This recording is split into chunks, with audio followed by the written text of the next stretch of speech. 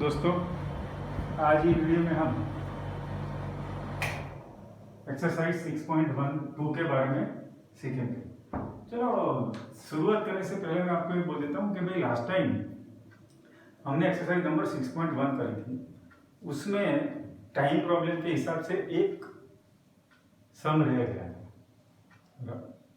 तो वो जो है ना, वो लास्ट में ये चैप्टर खत्म जब मैं करता हूँ तब वो सम मैं आपको सिखाऊंगा, प्रूव दैट वाला है बराबर। लेकिन आप यहाँ पर समझ लो, पहले आप 5-10 मिनट शुरुआत में समझ लोगे ना, तो पूरी ये एक्सरसाइज में कोई प्रॉब्लम नहीं होने वाला है आपको। देखो कि भाई लाइन्स एंड एंगल्स की बात है, तो शुरुआत से ही मैं चालू करता हूँ।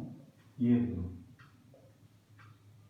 अगर ऐसी दो लाइन है तो आपको पता है, तो देखो कि भाई ये O A B C and D. अब यहां पर ये मतलब कि ये एंगल में लेता हूं, चलो ए ओ सी, तो ए ओ सी का वर्टिकली ऑपोजिट एंगल कौन सा है भाई? क्योंकि उसके सामने वाला सर्कल के ये उसका वर्टिकली ऑपोजिट है बी ओ डी बराबर। तो हमें ये पता है कि vertically opposite angles are equal बराबर। अब ए ओ डी एंगल में लेता हूं, तो आप बोलोगे सर इसमें तो क्या सीखना है, सी ओ बी या तो B O C, these two are the vertically opposite angles. और दूसरी एक बात ये है कि भाई vertically opposite angles are always equal, तो हो गया ये।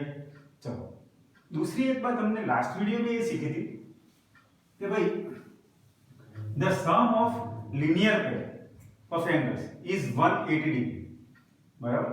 तो अब चलो मैं बोलता हूं ये ए ओ सी, देखो इस यहां पर ये समझना है आपको कि भाई कैसे डिफाइन करते हैं एंगल ए ओ सी, इसके लीनियर पेयर में कौन सा एंगल है? तो आप बोलोगे कि सर इसके लीनियर पेयर में सी ओ बी है। अरे ले लो ना, C O B angle C O B, या तो बी ओ सी बोलो सी ओ बी बोलो, एक ही बात है। दूसरा ए ओ सी के साथ में दूसरा भी एक है एंगल, ए ओ सी के साथ में दूसरा भी एक एंगल है, किसमें? Linear pair. तो दूसरा एंगल मैं करता हूं एंगल ए ओ सी, तो दूसरा angle A O D also. अब इसको समझो, कैसे कैसे समझना है? तो क्योंकि ए ओ सी मैंने लिया है, तो फिर अगर मैंने लाइन ए बी को कंसीडर किया है, देखो इसको मैं अगर एल लाइन बोलता हूं, लाइन एम बोलता हूं। अगर मैंने लाइन एल लिया है तो एल के लिए ये दोनों हो गए बराबर, लीनियर पेयर वाले। अब मैं लाइन लेता हूं एम, तो एम लाइन देखो कि एम लाइन अगर मैं लेता हूं तो इसके साथ में, इसके साथ लीनियर पेयर ये करता है, तो ए ओ डी हो गया, तो दो मिलते हैं पेयर। लेकिन वर्टिकली ऑपोजिट की तो एक ही पेयर मिलेगी, ये और ये बराबर। फिर अगर मैंने ए ओ डी लिया है, समझ, तो ए ओ डी के बोलो लीनियर पेयर वाले। तो क्या भाई सर ए ओ डी है, तो मैं पहले चलो मैं अब थोड़ी और टास्क लेता हूं कि मैं बोलता हूं ए ओ डी के साथ में मुझे लाइन एल का चाहिए। तो भाई ये लाइन एल ये है, तो ए ओ डी के साथ में एल लाइन में कौन करता है? तो बी ओ डी करता है, देने की बी ओ डी। और फिर मैं अभी ये बोलता हूं कि मुझे लाइन एम के साथ चाहिए उसका लीनियर पेयर वाला, तो एम लाइन मैंने यहाँ पर कंसीडर करी, उसमें से एंगल ए ओ डी को मैंने अलग से निकाला, तो बचा कौन सा? B O D. सॉरी, यहाँ पर जो लाइन एल थी ना, तो एल लाइन में ए ओ डी आ रहा है, एल लाइन में, तो एल लाइन यहां से जा रही, तो इसके साथ में हो गया हमारा बी ओ डी। अब लाइन एम, तो एम लाइन यहां से जा रही, अब ए ओ डी है, तो उसके साथ कौन सा होता है? तो क्या ये होता है ए ओ सी। चला पता? इसको बहुत अच्छे से देख लेना, और अगर खुद ट्राई कर लेना और समझ लेना बराबर। ये डिफाइन करना आपको आना चाहिए कैसे भी। अब हम हमारे एक्चुअल टॉपिक पे आते हैं कि जो ये एक्सरसाइज में है। यहां पर बातें करी जाएगी आपको पैरेलल लाइंस की। ये भी आप थोड़ा 8th में थोड़ा सीख कर आए हो। ये लाइन एल है, ये लाइन एम है, और ये T is the transversal of line L and M. अभी मैं जो सिखाने जा रहा हूं वो ऑलवेज कब पॉसिबल है कि भाई जब line L is parallel to line M है, तब ही ये सब चीजें पॉसिबल है। और यहां पर बहुत अच्छा आया, मतलब समझ में आया, तो आपको क्वाड्रिलेटरल चैप्टर बहुत इजीली पता चलेगा। देखो इसमें थोड़ा थोड़ा पार्ट में कोटिल का लूंगा साथ साथ में, क्योंकि लास्ट ईयर आप जब भी पैरेललोग्राम सीखे थे ना, तभी पैरेललोग्राम की हम एक प्रॉपर्टी सीखे थे, the sum of opposite angle of a parallelogram is equal, sorry, the opposite angles of a parallelogram is equal and the sum of adjacent angle is 180 degree. क्यों ऐसा हुआ था वो तो हमने वहां पर तो रटा ही था, लेकिन यहां पर मैं सिखाऊंगा आपको कि क्यों ऐसा होता है। ठीक, अब समझ कि ये दो लाइन मैंने ले ली, line M and line L, इसकी ट्रांसवर्सल है टी, तो इससे मुझे कितने एंगल मिलने वाले देखो, यहां पर मैं खाली ये ए बी सी डी, फिर सीरीज चालू करता हूं पी क्यू आर एस की, पी क्यू आर और एस ले लेता हूं, बराबर। अब देखो कि भाई यहां पर एंगल्स होते हैं मेरे, ए है, अरे सॉरी 1, एंगल नंबर 1, ये एंगल नंबर 2, ये एंगल नंबर 3, ये एंगल नंबर 4, बराबर। फिर यहां पर मैं लेता हूं 5, कुछ भी 6, 7 और 8, मतलब ये 8 एंगल के बारे में हम बातें करेंगे। शुरुआत में देखने से हमें इतना पता चलता है यहां पर कि भाई ये दोनों are the vertically opposite angle, ये सब भूल जाओ, तो खाली ये दोनों है ना, angle 1 and angle 2 are the vertically opposite angles, and also angle 3 and angle 4 are the vertically opposite angles. तो एक पेयर ये हो गई 1 एंड 2 की, दूसरी पेयर होती है 3 एंड 4 वाली की, बराबर। तो आपको ये पता है कि vertically opposite angles are always equal, बराबर। चलो एक एग्जांपल सेट करते हैं कि अगर 1 वाला जो है ना ये 80 डिग्री है, तो फिर 2 वाला कितना हो जाएगा? सर ये भी तो 80 होने वाला है, क्योंकि vertically opposite angles are equally, आपको पता है, बराबर, समझ लो।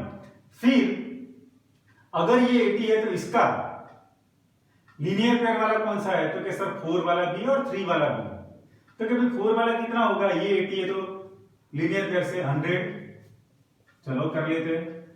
फिर ये 100 है तो फिर ये 100, और देखो वो भी तो सेट हो गया लीनियर पेयर का 80 100, बराबर। अब नया यहां पर, यहां तक का तो आपका 8 का ही था, अब नया यहां पर ये सीखना है, एक ही चीज सीख लो, दिमाग में डालो तो सब हो जाएगा ऐसे कि भाई यहां पर अगर ये दो लाइन है, line L and line M, and T is their transversal, तो फिर इससे हमें जो ये 4 और 5 मिलता है और एंगल 2 एंड एंगल 6 मिलता है। अगर ये 4, तो देखो 4 ये लाइन के अंदर की साइड है, ये एंगल नंबर 5 भी ये लाइन के अंदर की साइड है, और ये जो लाइन टी है ट्रांसवर्सल, उसके भी अंदर की ये साइड है, वन साइड है, ये दोनों 4 और 5। फिर से एंगल 4 एंड एंगल 5 ये दोनों ये लाइन की इंटीरियर साइड में है, और ये लाइन की इंटीरियर साइड में, और ये लाइन टी के वन साइड में है, बराबर। देन एंगल 4 एंड एंगल 5 इसको हम बोलेंगे interior angle, interior angles of 2 parallel lines, बराबर। ये दोनों का सम मिलेगा हमें 180, ये याद रखना है। तो मतलब क्या हुआ शॉर्ट में कि भाई इंटीरियर एंगल जो है वो इंटीरियर एंगल का सम इज 180 डिग्री, बराबर। अब तो क्या भाई ये दोनों का सम हमें मिला 180 डिग्री। सेम थिंग ये दोनों का सम मिलेगा हमें 180 डिग्री ही। अब चलो पहले तो हमारे पास खाली यही था, तो इससे हमने ये ले लिया, इससे हमने ये लिया और इससे हमने ये लिया। अब ये 100 है तो बोलो ये कितना होगा, सर आपने बोल दिया है वो 180 डिग्री का सम है, तो चलो ना यार, ये 100 है तो फिर ये 80 डिग्री, अब ये 80 है तो फिर ये 100, देखो यहां से भी ये दोनों का भी हो गया 180, क्योंकि ये दोनों इंटीरियर है, ये दोनों भी इंटीरियर है। अब ये 100 है तो भाई ये, सर ये भी तो 100 है, क्यों, वर्टिकली ऑपोजिट। अब ये 80 है तो फिर ये भी तो 80 रहना था, क्योंकि ये दोनों वर्टिकली ऑपोजिट एंगल्स है भाई, चला पता। अब समझ लो कि भाई यहां पर ये और ये इक्वल मिलता है, देखो ये और ये इक्वल मिलता है, ये और ये इक्वल मिलता है, फिर ये और ये इक्वल मिलता है, ये और ये इक्वल मिलता है, बराबर। चलो अब मैं बोलता हूं कि भाई ये एंगल और ये एंगल इक्वल है, ये एंगल और ये एंगल इक्वल है। एंगल नंबर 1, अरे यार मैं करता हूं तो चले जाता है, चलो। एंगल नंबर 1 का मतलब कि ए क्यू AQP है हमारा एंगल नंबर 1, बराबर। और दूसरा 80 कौन सा आया, ये CRQ आया। तो भाई ये और ये देखो, ये लाइन के बाहर जा रहा है, ये लाइन के अंदर आ रहा है, बराबर। तो ये दोनों एंगल्स को हम बोलेंगे एडजेसेंट एंगल्स। अब एडजेसेंट एंगल को देखने से कैसे पता चलेगा, बहुत अच्छे से समझ लो, बहुत अच्छे से समझ लो। एक बार खुद दो लाइन करो पैरेलल, उसके बाद में उसकी ट्रांसवर्सल ड्रॉ करो और फिर समझो मैं जो बोलता हूँ कि भाई एडजेसेंट एंगल कौन से है। तो कोई दो पैरेलल लाइन लिए हमने, उसमें से लेना है क्या, एक ही साइड की बात करनी। तो क्या भाई एक है ना वो लाइन के ऊपर रहेगा, एक लाइन के अंदर रहेगा, तो वो दोनों एडजेसेंट हो गए। तो देखो ये और ये लाइन के ऊपर लाइन के अंदर, अब ये साइड भी लाइन के ऊपर लाइन के अंदर, एक लाइन, मतलब ये लाइन L ले ली, तो अगर मैंने लाइन L में बाहर का लिया है तो फिर लाइन M में अंदर का लेना है, ऐसे समझो। Then they are the adjacent and always adjacent angle are equal. क्यों इक्वल आया, ये तो हमने सिखाया है, यहाँ पर समझे कि ये दोनों का पहले एक्सटीरियर का हमने सॉरी इंटीरियर एंगल का हमने ले लिया था 180, तो उससे दिखता है ऑलवेज। अगर मैंने यहाँ पर कोई भी चेंज कर लिया, ये 70 है तो ये 110, ये 110 तो ये 110, ये 110 तो ये 70, और ये 70 है तो ये 110, बराबर। चला पता। अब ये साइड आया तो ये एंगल, सॉरी ये एंगल मतलब ये 100 वाला एंगल नंबर 3। तो एंगल नंबर 3 के साथ में एडजेसेंट कौन सा है भाई, बोलो सर, एंगल नंबर 6, क्योंकि बाहर का अंदर का हो गया। तो कितनी पेयर मिली, कितनी पेयर मिली भाई, 2 पेयर मिली। कौन सी 2 पेयर मिली, एक पेयर हमारी है एंगल A के साथ में है, सॉरी एंगल 1 के साथ में है एंगल नंबर 5, और दूसरी पेयर है एंगल नंबर 3, एंगल नंबर 3 के साथ में एंगल नंबर 6 की पेयर मिली। अब दूसरी पेयर हम लेते हैं, चलो लाइन L में मैं अंदर का लेता हूं, तो फिर M में बाहर जाना है। देखो इसमें ये साइड अंदर है, इसमें ये साइड बाहर है, तो ये भी 100 और ये भी 100, तो ये दोनों भी तो एडजेसेंट एंगल हो गए ना, एक अंदर एक बाहर, बराबर। और एक ही साइड लेने हैं, तो फिर ये कौन सा एंगल है, एंगल 4, उसके साथ में है एंगल नंबर 8।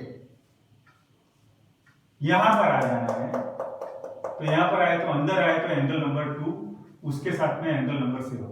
ये चारों की चारों जो पेयर है वो कौन सी है, एडजेसेंट एंगल की। देखो एंगल आपको डिफाइन करना आना चाहिए कि कौन सा एंगल है, बराबर।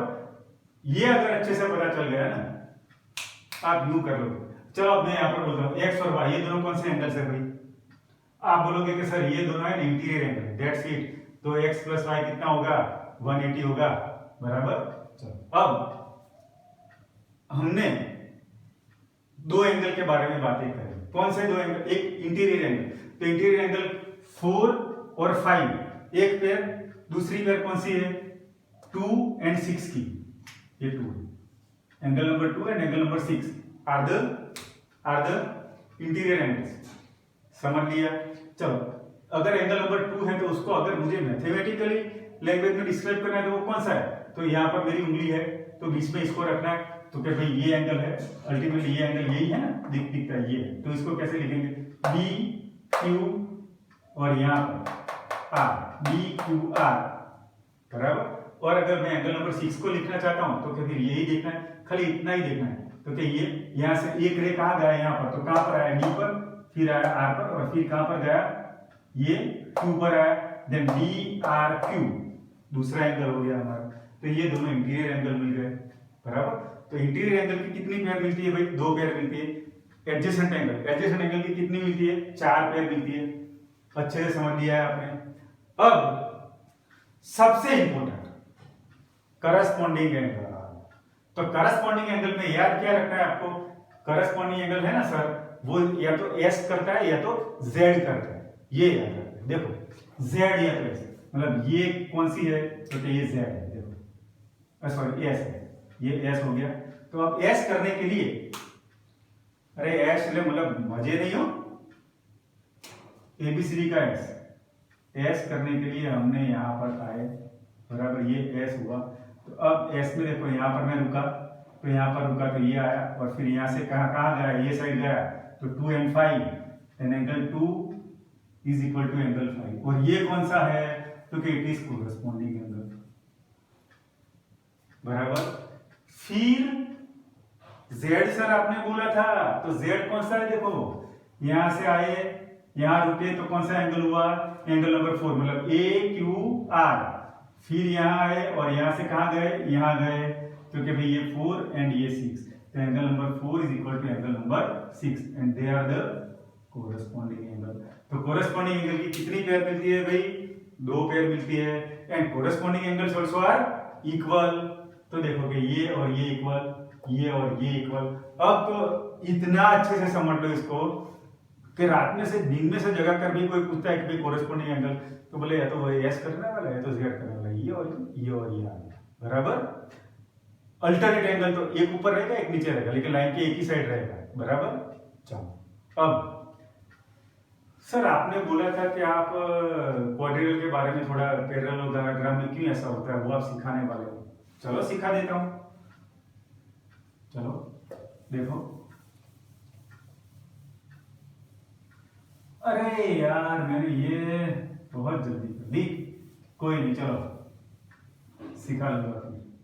फिर इसको रब आउट करने में मैंने थोड़ा जल्दी कर दिया, थोड़ा सिखाना, 1 मिनट का ही करवा लूंगा। चलो ना यार, टेंशन क्या है, चलो आप समझ लो। हाँ पैरेललोग्राम में जाना था ना। चलो भाई ये हमने ड्रॉ कर लिया पैरेललोग्राम। लास्ट ईयर से आपको इतना तो पता है पैरेललोग्राम का कि भाई एक प्रॉपर्टी आपको पैरेललोग्राम की अच्छे से पता है, कब पैरेललोग्राम होगा कि भाई जब उसके, सर आपने तो क्वाड्रिलर चालू कर, अरे पर समझ लो थोड़ा, आपके जो भी कॉन्सेप्ट्स है ना वो सब क्लियर होते जाएंगे दिमाग में से। अरे दिमाग में से नहीं, क्लियर होंगे। बराबर। अब ये समझो, दिमाग में से क्लियर मतलब गया। अब ये समझ लो कि भाई यहां ये दोनों कौन से एंगल्स है, आप बोलोगे सर ये तो एडजेसेंट एंगल है। किसके लिए, क्वाड्रिलर के लिए या तो पैरेललोग्राम के लिए। तो हमने एक प्रॉपर्टी मतलब उसकी ऐसी रटी थी कि भाई the sum of adjacent angle of parallelogram is 180 degree. क्यों होता है सर, ये तो दिखाओ। तो चलो दिखा देते हैं। अब ये जो लाइन है मैं इसको एक्सटेंड करने जा रहा हूं और इसको भी मैं एक्सटेंड करने जा रहा हूं। बराबर है। तो ये मेरी लाइन है L, ये है मेरी लाइन M। अब यहां पर देखो ये इसकी ट्रांसवर्सल में T ले लेता हूं, लाइन L और लाइन M इसकी ट्रांसवर्सल है T। बराबर। या तो फिर मैंने ये दोनों लाइन ली होती तो ये ट्रांसवर्सल हो जाती। बराबर। अब देखो फिर से ये लाइन L, ये लाइन M हमने यहां पर अभी ऐसे ड्रॉ करी थी, इसको मैंने उल्टा के ऐसा कर दिया। बराबर। अब समझो ये दोनों की ट्रांसवर्सल कौन सी, तो क्या लाइन T है, इसकी और इसकी, यहां पर ही कॉन्सेंट्रेट करो। बराबर। तो अगर T ट्रांसवर्सल है तो इसके इंटीरियर एंगल्स कौन से, लाइन के अंदर वाला ये, लाइन के अंदर वाला ये, तो ये दोनों का सम कितना मिलेगा भाई 180। यार सर आज जाके पता चला कि ऐसा क्यों होता है। अगर मुझे अब ये दोनों भी तो है, ये दोनों भी तो एडजेसेंट एंगल है। बराबर। तो अगर ये दोनों एडजेसेंट एंगल है तो फिर क्यों ऐसा होता है, समझ। अब यहां पर मैं इसको रब आउट कर लेने वाला हूं। ये मेरी लाइन नहीं है भाई अभी, अब मुझे ये दोनों में जाना है, तो फिर मैं लेता हूं ये एक लाइन और मैं लेता हूं ये एक लाइन, और इसको मैं बनाता हूं ट्रांसवर्सल, ये T, ये L और ये M। अब देखो, अब तो अच्छे से पता चलेगा कि यहां पर हमने जो ड्रॉ किया था वही है, क्योंकि ये ऐसा हो गया। अब line L and line M are the parallels. क्यों, क्योंकि ये हमारे पैरेललोग्राम की प्रॉपर्टी कि भाई ऑपोजिट साइड्स आर पैरेलल। तो मतलब कि ये दोनों लाइन आर ऑलवेज पैरेलल। तो ये दोनों लाइन अगर पैरेलल लाइन है तो T उनकी ट्रांसवर्सल है, और अगर T उनकी ट्रांसवर्सल है तो ये इंटीरियर एंगल हो गया और उसके साथ में ये इंटीरियर एंगल हो गया। देखो ये इसको ही कंसीडर करो ऐसे, तो ये दोनों अंदर की साइड एक ही साइड मिला, तो अगर ये दोनों इंटीरियर एंगल है तो फिर ये दोनों का सम कितना होने वाला है 180, जिन्हें एडजेसेंट का 180 हो गया। अब देखो कि हमने ये लिया कि ये दोनों का सम 180 और ये दोनों का सम 180। अगर मैं इसको बोलता हूं कभी ये 70 तो ये कितना होने वाला है 110, और ये भी 110, देन ऑपोजिट के कितना हो गया, ऑपोजिट एंगल इक्वल मिल गए। सेम थिंग यहां पर अप्लाई कर पाएंगे। बराबर। अगर ऐसे सीखे हो ना ज्योमेट्री, तो रटने की कोई बात ही नहीं, आप यूं ही मतलब ये प्रॉपर्टी फटाफट, बराबर। चलो अब चैप्टर पे आते हैं, इतना समझने के बाद में चैप्टर पे आते हैं, फिर से एक बार रिपीट कर लूं, चलो कर लेता हूं। क्या रिपीट करना है, कितना सीखे हम, कि भाई देखो लीनियर पेयर से ही चालू करते हैं। लीनियर पेयर ऑफ एंगल्स वो कैसे डिफाइन करते हैं आपको पता है, उसकी प्रॉपर्टी कौन सी है कि भाई the sum of linear pair of angles is 180 degree, that's it, बराबर। उसके बाद में आता है वर्टिकली ऑपोजिट एंगल, तो वर्टिकली ऑपोजिट एंगल का सम कितना होता है, अरे सर उसमें सम नहीं होता है, वो तो दोनों इक्वल होते हैं, that's it, vertically opposite angles are equal. उसके बाद में हमने सीखा इंटीरियर एंगल, तो क्या उसमें दो एंगल मतलब दो lines, if two lines are parallel, ये वर्ड पैरेलल है तभी ये पॉसिबल है, अदरवाइज ये पॉसिबल है नहीं, बराबर।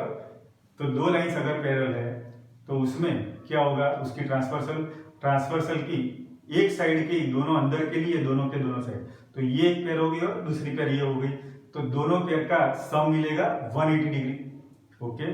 उसके बाद में सर हम सीखे एडजेसेंट एंगल, हाँ चलो उसके पहले इंटीरियर एंगल की कितनी पेयर होती है, दो ही पेयर होती है अंदर अंदर वाले की, बराबर, ये एक और ये दोनों, ये दोनों और यहाँ पर ये दोनों, बराबर। फिर आते हैं एडजेसेंट एंगल में, एडजेसेंट एंगल सर भूल गए, अरे यार उसमें क्या करना था, हाँ याद आया, कौन सा, एक ऊपर का और एक का नीचे का, तो ये और ये दोनों इक्वल होते हैं, और ये दोनों इक्वल होते हैं, बराबर।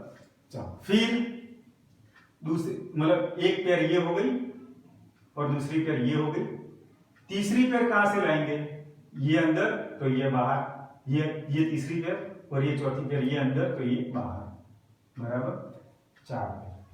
फिर आया करस्पॉन्डिंग एंगल, तो करस्पॉन्डिंग एंगल के ये करस्पॉन्डिंग था, एडजेसेंट कौन सा था, तो उसमें क्या करना है समझ लो, एक अंदर करस्पॉन्डिंग में z या तो s बनने वाला है, बराबर, z या तो s बनने वाला है, चला पता, ओके। अब हम हमारे टॉपिक पे आते हैं,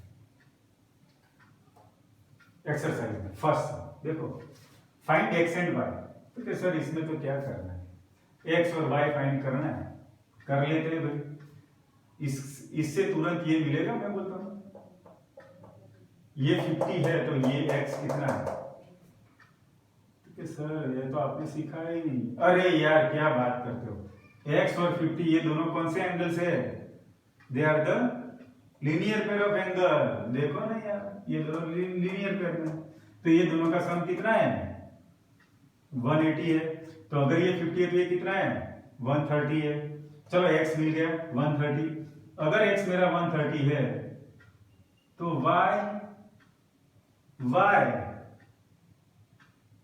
ये 130 है तो y, तो सर ये तो डायरेक्ट नहीं मिलेगा, तो चलो ना भाई यार ये 130 दिखता है तो फिर ये भी तो 130 है, सर अरे क्या ये 130 तो ये भी 130 यहां से लाना है, तो इसको मैं बोलूंगा करस्पॉन्डिंग एंगल्स, करस्पॉन्डिंग एंगल है ना ये, देखो ये z होता है, कोई भी तरीके से करो आंसर वही मिलेगा, देखो मैं यहाँ पर इसको यहां से लिया मैंने, चलो ये दोनों कौन से एंगल से, लीनियर पेयर वाले, तो ये 130 आया, अब मैं मान लो कि इसको और यहाँ पर ये वाला लेता हूं, तो ये अगर 130 तो ये कितना है, सर ये तो 50 है, क्यों, क्योंकि ये दोनों आर द इंटीरियर एंगल्स, तो इंटीरियर एंगल का सम कितना होता है 180, उसमें से 130 तो ये 50, अगर ये 50 है तो ये दोनों कौन से है भाई लीनियर पेयर वाले, तो लीनियर पेयर वाला है तो ये और इसका सम, इसका और इसका सम 180 होता है, तो अगर ये 180 होता है तो उसका मतलब क्या करना है, अगर ये 50 है, ये 130, ये 50 है तो ये 130 है, देखो आ गया वर्टिकली ऑपोजिट। लेकिन हम क्या करेंगे, हमें सब पता है, लेकिन सर हम क्या करेंगे पता है, मोस्ट इजीएस्ट मेथड से जाएंगे, बराबर। मोस्ट इजीएस्ट मेथड क्या है कि ये 130 देखा तो इसको भी 130 ले लो ना, बराबर, तो क्या भाई y plus 130 is equal to 180, क्या लिखेंगे कि भाई, अरे यार sorry, y is equal to 130 क्यों लिखेंगे, क्योंकि ये दोनों कौन से एंगल्स है भाई, vertically opposite angles, VOA vertically opposite angles, ये तो y is equal to 130 direct दिखता ही, then 50 plus x is equal to 180। ये कौन से एंगल से भाई?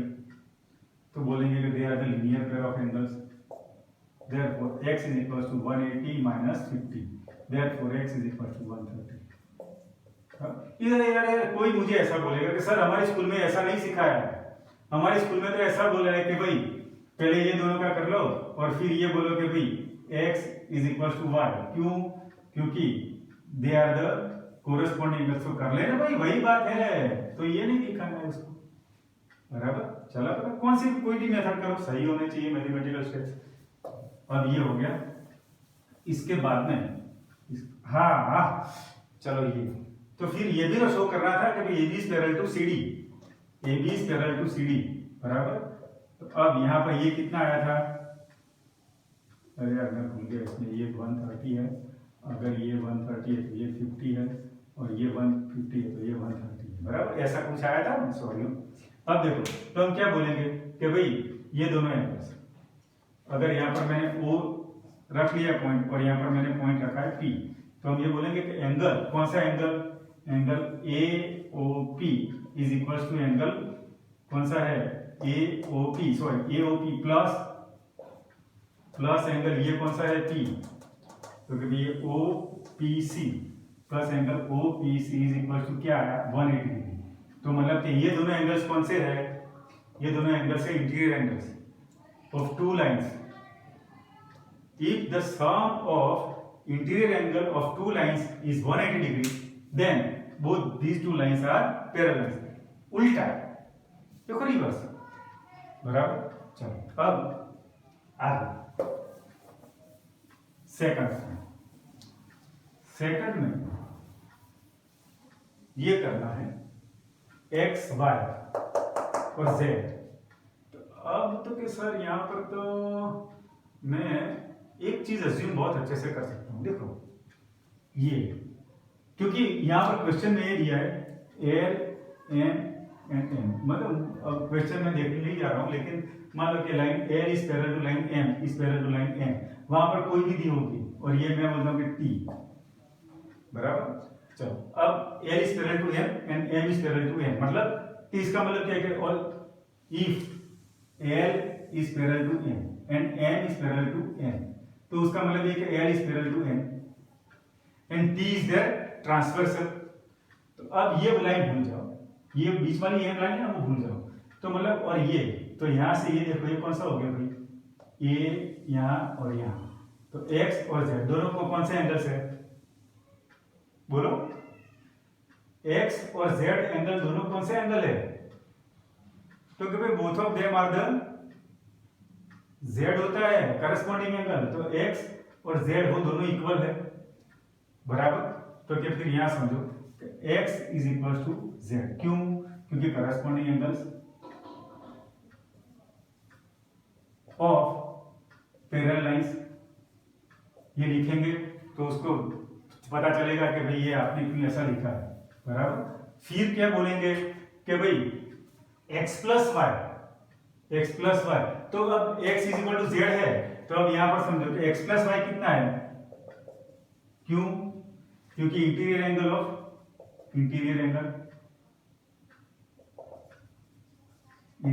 है x प्लस वाई। अब तो क्या इससे आगे बढ़ने का रास्ता, क्योंकि हमें तो आगे बढ़ने के लिए ये रास्ता दिया है ना y और z का, तो क्या भाई मुझे तो y की जगह पर z लेना है, x की जगह पर z लेना है, तो देखो y और z दोनों है, देयरफॉर अब तो ये है कि ये है, तो हम x की जगह पर क्या रखेंगे? z रखेंगे, then z plus y is equal to 180 degree. चला पता है भाई कैसे? तो कि इसकी वैल्यू यहाँ पर मैंने पुट अप करी, तो x की जगह पर मैंने z रख लिया, तो ये दोनों 180 सम आया, क्योंकि अल्टीमेट टारगेट तो हमारा x y और z ही फाइंड करना है ना। फिर इसको नंबर 1 डाल दिए, या तो चलो ना भाई इसको नंबर 1 डालता हूँ, इसको 2 डालता हूँ, और यहाँ पर बोलता हूँ कि from 1 and 2 z plus y is equal to 180, बराबर। और अब ये कंडीशन है, देखो y is to z is equal to 3 is to 7, तो आपको पता है कि भाई ये गिवन है कि y is to z is equal to 3 is to 7। तो अब ये रेशियो में जब गिवन होता है तो हम क्या करते हैं कि सपोज करते हैं कि let y is equal to 3a, यहाँ पर मैं x नहीं ले सकता हूँ क्योंकि x मैंने ऑलरेडी लिया है ना, तो a b c कोई भी ले लो constant, z is equal to 7b। तो अब ये दोनों का सम मतलब 3a plus 7b is equals to 3a plus 7b। तो अब x प्लस वाई सॉरी एक स्टेप करता हूं तो ज्यादा पता चलेगा, z plus y is equals to 180। अब z की वैल्यू कितनी मिली भाई, तो भाई 7a, क्योंकि 3x और 7x लेते तो यहाँ पर a लेते, ये 3a और ये 7 है, देन z की जगह पर है 7a प्लस y की जगह पर है 3 is equal to 180। Therefore 10a is equal to 180, therefore a is equal to 180 upon 10, 0 0 cut, then a की वैल्यू मिली 80। तो उसका मतलब क्या निकालना है दोस्तों, इफ a इज 80 तो y is equal to 3 into 18 and 3 into 18 is 54। वैसे ही z is equal to 7 into 18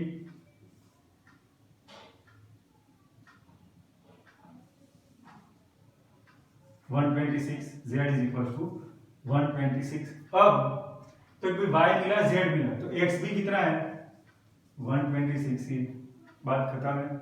चला बता, बहुत अच्छे से समझ लेना, शुरुआत कहां से की थी हमने, तो कि z is equal to x ले लिया था बस, बराबर, और फिर ये मैंने कैलकुलेट कर लिया था। z is equal to x लेने के बाद में तुरंत मुझे पता चला ये दोनों इक्वल है और ये दोनों इंटीरियर, तो ये दोनों का सम 180 लिया, फिर इसकी जगह पर मैंने z कंसीडर किया, तो z और ये दोनों अगर इक्वल है ना, ये दोनों बराबर, तो इसकी जगह पर मैंने z लिया, तो z plus y is equal to 180, फिर ये गिवन था उसका मैंने यूज कर लिया, बराबर। चलो कोई बोलते सर मुझे ऐसे नहीं करना है, कोई अलग तरीका ढूंढना है, तो फटाफट सिखाता हूँ क्योंकि टाइम का प्रॉब्लम होता है। कोई बोलता है सर मुझे ये मेथड तो जानी ही नहीं, आपने ये लिया ना, मुझे ये नहीं करना है। अरे भाई क्यों यार, नहीं करना है तो चलना, भाई नहीं करना है, दूसरा कोई तरीका ढूंढते हैं। चलो ये और ये अगर मैंने इसको W सपोज किया है, बराबर, तो ये दोनों कौन से एंगल हो गए, एडजेसेंट एंगल हो गए सर, तो ये दोनों इक्वल हो गए, हाँ सर हो गए।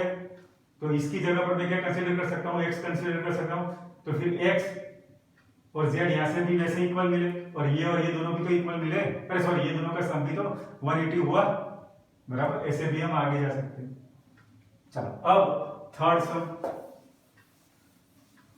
थर्ड में आज वीडियो की साइज बढ़ने वाली है भाई। चलो थर्ड सम, इसमें देखो कि ये गिवन है, तो इसमें फाइंड आउट क्या करना है, ऐसा ही होता है, ये ऐसा ये गिवन है, ये साइन, तो ये साइन के बारे में मैंने क्या बोला था आपको कि भाई ये साइन किसकी है, 90 डिग्री की है। अब ये थर्ड सम में फाइंड क्या करना है, थर्ड सम में आपको फाइंड बहुत करना है, AGE का करना है, AGE मतलब ये बंदा फाइंड करना है, फिर करना है GEF, GEF मतलब इतना, ये पार्ट करना है, और फिर करना है FGE मतलब ये पार्ट करना है। अब देखो कि भाई टाइम प्रॉब्लम की वजह से मैं यहाँ पर लिखता हूँ, आपको समझा देता हूँ, ट्राई करना, खुद लिखना, अगर नहीं आता है ना तो आप व्हाट्सएप पे मुझे मैसेज भेजना कि sir how to write we do not know, तो उसका सॉल्यूशन मैं आपको PDF सेंड कर दूंगा व्हाट्सएप पे, ठीक है। अब ये समझो कि ये हमारा टारगेट है, ये हमारा टारगेट है, और ये हमारा टारगेट, सबसे पहले कौन मिलेगा, तो क्या सर सबसे पहले मिलेगा ये वाला, ये वाला, क्यों, क्योंकि ये पूरा कितना है देखो 126 है, उसमें से ये कितना है 90 है, तो ये कितना है, तो क्या सर वो है 126 minus 90, and 126 minus 90 is 36, that's it. चला बता, चलो लिख लेता हूं यार, भले थोड़ी लेंथ बढ़ जाएगी तो बढ़ जाएगी। अब देखो कि भाई यहाँ पर एंगल कौन सा, क्योंकि ये बड़ा वाला कौन सा है GED, देखो लास्ट मैंने सिखाया था लास्ट वीडियो GED, तो ये GED जो है ना, ये कौन से दो एंगल का सम है, तो क्या ये GEF का एंगल GEF प्लस एंगल कौन सा है ये FED, एंगल FED। अब जो GED है ना, ये GED कितना है, तो ये 126 है सर, अब जी ई एफ वो तो फाइंड करना है सर। एफ ई डी कितना है, एफ ई डी वो तो 90 डिग्री है क्योंकि ये साइन गिवन है। Then angle G E F is equal to 126 minus 90 is equal to 36। चलो ये चला पता आपको, तो क्या भाई हाँ सर ये पता चल गया। अब देखो ये एंगल कैसे लाएंगे, तो क्या भाई ट्राइंगल की एंगल सम प्रॉपर्टी, ये तो खास याद रखना है। अब ट्राइंगल की एंगल सम प्रॉपर्टी करने से क्या होगा भाई, तो क्या भाई ये 36 प्लस ये 90 प्लस ये वाला, तो क्या भाई 36 प्लस 90 मतलब angle G plus angle F plus angle E। अब मैं लिखता हूं इन ट्राइंगल GFE या तो EGF जो भी बोलते हो, बराबर, ये is equal to 180।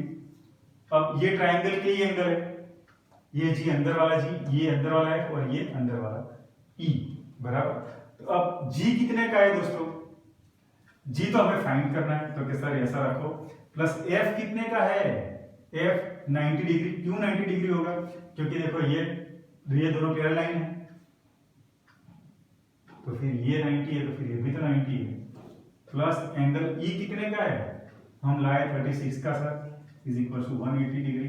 Therefore angle G is equal to 180 minus 126 and 180 minus 126 is 70, अरे 4 देन 6, अरे 7 7 एंड 5 54, बराबर। अब देखो कि एंगल G हमारा आया 54, तो अब इसको है ना दो तरीके से हम फाइंड करते हैं, ये एंगल AGE को।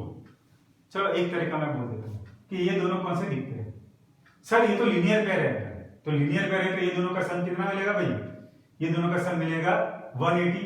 तो क्या भाई ये कितना है, ये G कितना है, तो ये 54 है, तो ये दोनों का सम 180 है, तो फिर ये कितना मिलने वाला है 126। और अगर ये 126 है तो फिर ये अगर 126 है तो फिर दूसरा तरीका कौन सा होगा इसको 126 लाने का, क्योंकि देखो बोला है कि ये लाइन L और ये लाइन M मतलब कि AB is parallel to CD। अगर ये दोनों लाइन पैरेलल लाइंस है तो फिर ये यहां से गए तो ये कौन सा बना, Z बना, ये उसके ट्रांसवर्सल हो गए। तो ये एंगल AGE और फिर GED ये दोनों कौन से एंगल हो गए, करस्पॉन्डिंग एंगल हो गए। तो करस्पॉन्डिंग एंगल्स आर इक्वल, तो ये 126 है, तो फिर ये भी तो ऐसे भी 126 आए। देखो दो तरीके, पहला तरीका कौन सा है, ये दोनों का क्या लिया हमने, ये दोनों का लीनियर पेयर लिया। अगर वो नहीं लेना है तो ये भी ले सकते हैं, वो करस्पॉन्डिंग एंगल से डायरेक्ट इक्वल हो जाएगा, बराबर। चलो ये दोनों सम है ना नेक्स्ट वीडियो में सीखेंगे, बराबर।